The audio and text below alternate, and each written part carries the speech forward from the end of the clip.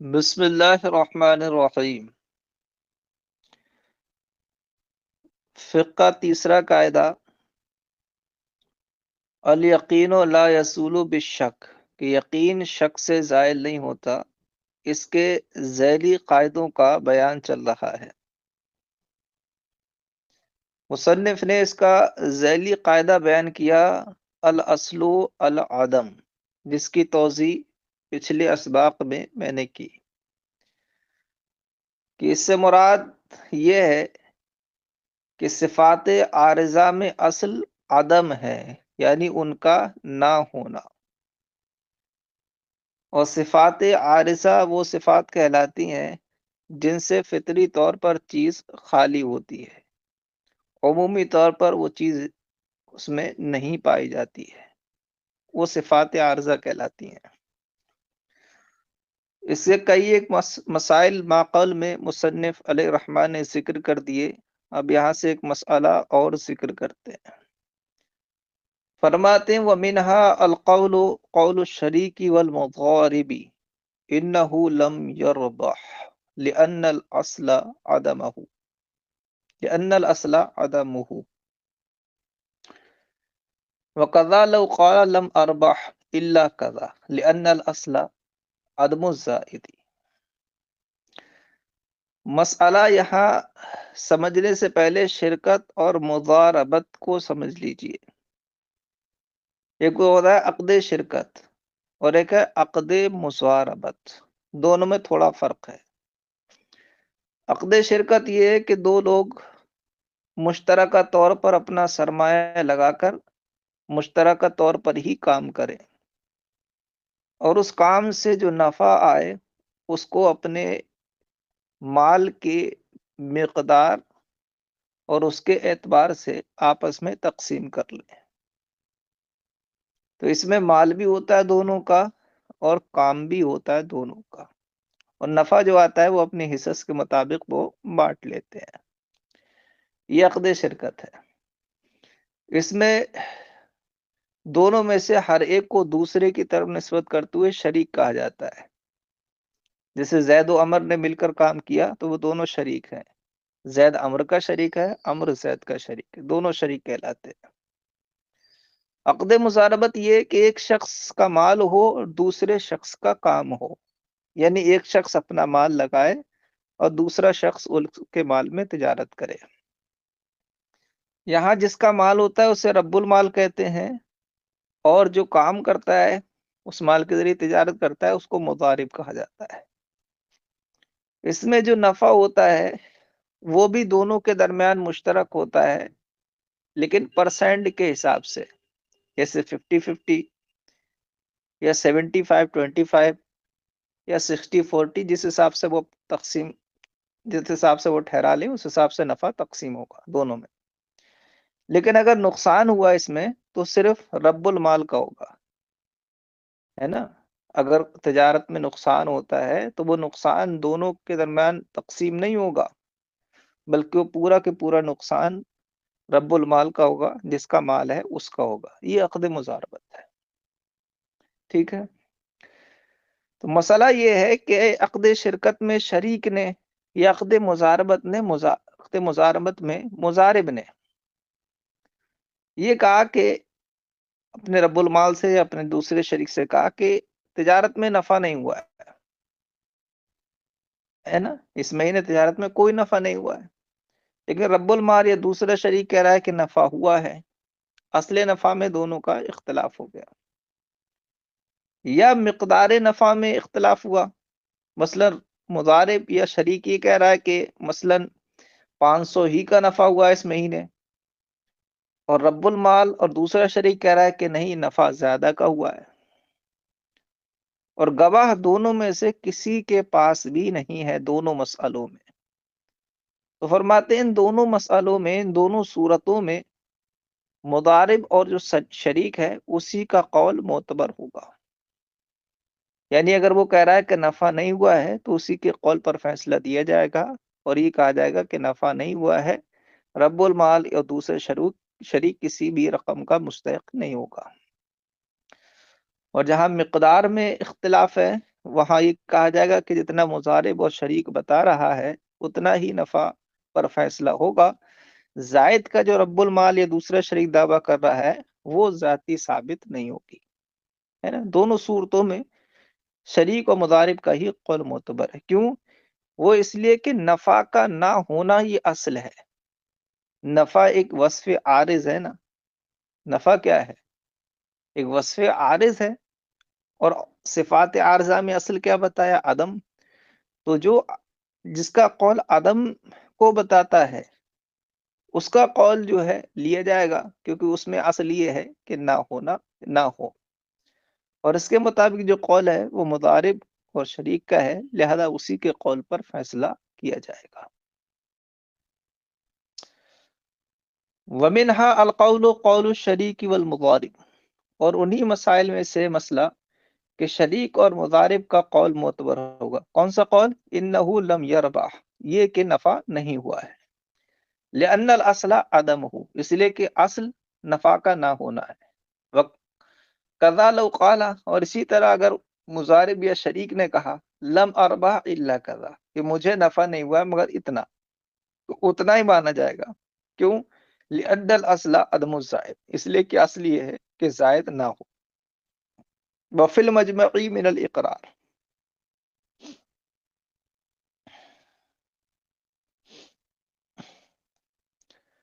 اب مصنف علیہ رحمہ مجمع الانہر کے کتاب باب الاقرار کے حوالے سے ایک مسئلہ ذکر کرتے ہیں.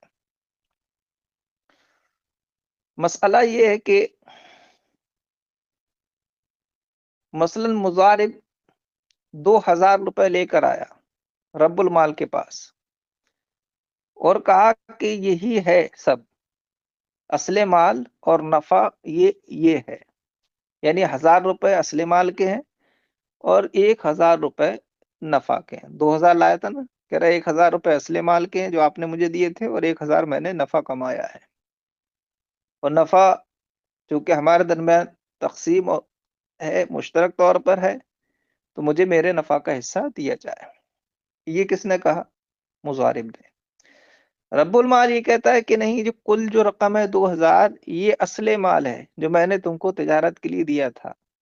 تم نے کوئی نفع نہیں کمایا اس مہینے میں، لہذا تم کسی نفع کے مستحق نہیں ہو. یہ رب المال کہہ رہا ہے. تو اب قاعدے کا تقاضا تو یہ ہے کہ یہاں رب المال کا قول معتبر ہو جائے، کیونکہ وہ عدم نفع کا قول کر رہا ہے نا، کہ نفع نہیں ہوا ہے. اور نفع چونکہ صفات عارضہ سے جن کا عدم ہی اصل ہے، تو رب المال کا موافق قول ہے. قاعدہ اس کے قول کے معتبر ہونے کا تقاضا کر رہا ہے. لیکن مجمع الانہر کے باب الاقرار میں فرمایا کہ یہاں بھی مضارب کا ہی قول معتبر ہوگا. مضارب کا قول معتبر ہوگا یہاں بھی. اب رہا یہ سوال کہ یہ تو قاعدے کے خلاف ہے. ابھی تو اوپر قاعدہ بیان کیا کہ صفات عارضہ میں اصل عدم ہے، جس کا تقاضا یہ کہ رب المال کا قول معتبر ہو، نہ کہ مضارب کا. تو یہ آپ کا مسئلہ تو خلاف قاعدہ ہو گیا. تو فرماتے ہیں کہ اصل میں الاصل و العدم کا جو قاعدہ ہے، اس پر تب عمل ہوگا جبکہ اس کے معارض کوئی اور قاعدہ نہ ہو. اگر اس کے معارض کوئی اور قاعدہ ہے اور وہ اس سے زیادہ مضبوط ہے تو پھر اس معارض قاعدے پر عمل ہوگا. اور یہاں معارض قاعدہ موجود ہے. وہ معارض قاعدہ کیا ہے؟ وہ معارض قاعدہ یہ ہے کہ مقبوض کی مقدار میں قابض کا قول معتبر ہوتا ہے. جو مال رب المال دیتا ہے مضاربت کرنے کے لیے، تجارت کرنے کے لیے، وہ کس کے قبضے میں ہوتا ہے؟ مضارب کے تو قبضے میں ہوا. مضارب کے قبضے میں ہوا وہ. اور مضارب کیا ہوا؟ اس پر قابض. قابض شخص ہی یہ بتا رہا ہے کہ یہ 2000 لے کر آیا ہوں، اس میں سے 1000 اصل مال کے ہیں اور 1000 نفع کے ہیں. تو مقدار اصل مال کی کتنی بتا رہا ہے؟ وہ 1000. اور رب المال جس کے قبضے میں فی الحال وہ مال نہیں ہے، اگرچہ اسی کا ہے، یہ کتنی بتا رہا ہے؟ 2000. اور ضابطہ کیا بیان کیا کہ مقبوض کی مقدار میں قابض کا قول معتبر ہوتا ہے. لہذا یہاں کس کا قول معتبر ہوگا؟ مضارب کا، کہ وہ 1000 ہی اصل مال ہے اور باقی جو 1000 ہے وہ نفع ہے، لہذا ان کے درمیان مشترک ہوگا. تو گویا یہ مسئلہ الاصل العدم والے قاعدے سے مستثنا ہے نا. اور وجہ استثناء کیا ہے کہ یہاں اس کے معارض دوسرا قاعدہ موجود ہے کہ مقبوض کی مقدار میں قابض کا قول معتبر ہوتا ہے. ٹھیک ہے. وفی المجمعی من الاقرار، اور مجمع میں اقرار سے ہے، یعنی مجمع الانہر میں کہ باب الاقرار میں ہے. کیا؟ وجعلنا القول للمضارع، کہ ہم نے مضارب کے قول کو معتبر رکھا، اذا اتا بالفعل، اس صورت میں جبکہ وہ 2000 لے کر آیا، وقال، اور کہا، ہما اسلم و ربح، کہ یہ اصل اور نفع دونوں ہیں، لا لرب المال، رب المال کے قول کو معتبر ہم نے نہیں رکھا. یہاں تک مجمع کی عبارت پوری ہو گئی. اب یہاں لأنا سے جو علت بیان کر رہے ہیں یہ علامہ ابن رجب مصری کی عبارت ہے. کہتے ہیں لأن الاصل وإن كان عدم الربح، وجہ بتا رہے ہیں مضارب کا قول معتبر کیوں رکھا. لأن الاصل، اس لیے کہ اصل اگرچہ نفع کا نہ ہونا ہے، لیکن عارضہ اصل آخر، لیکن اس کے معارض ایک دوسری اصل ہے، ایک دوسری اصل اس کے معارض ہے. وہ اور وہ یہ کہ ان القول قول القابضی فی مقدار ما قبضہ، اور وہ یہ کہ اس کی مقدار میں جس پر وہ قابض ہے، قابض کا قول معتبر ہوتا ہے. اگلا مسئلہ دیکھیے، جب انسان نکاح کرتا ہے تو نکاح کی وجہ سے جس طرح اس پر مہر لازم ہوتا ہے، مہر ثابت ہوتا ہے نکاح میں، اسی طرح عورت کا نفقہ بھی اور سکنا بھی عورت کے لیے مرد پر واجب اور ثابت ہو جاتا ہے. لیکن کسی متعینہ مقدار میں ماہ بہ ماہ یا سال بہ سال نفقہ دینا، یہ اس وقت مرد پر واجب ہوتا ہے جب اس کا فیصلہ قاضی کر دے. مثلا مرد نفقہ دے رہا ہے اور عورت کو وہ نفقہ کم لگ رہا ہے، اسی بات کو لے کر دونوں میں جھگڑا ہوا اور مخاصمہ اتنا بڑھ گیا کہ قاضی تک بات پہنچ گئی.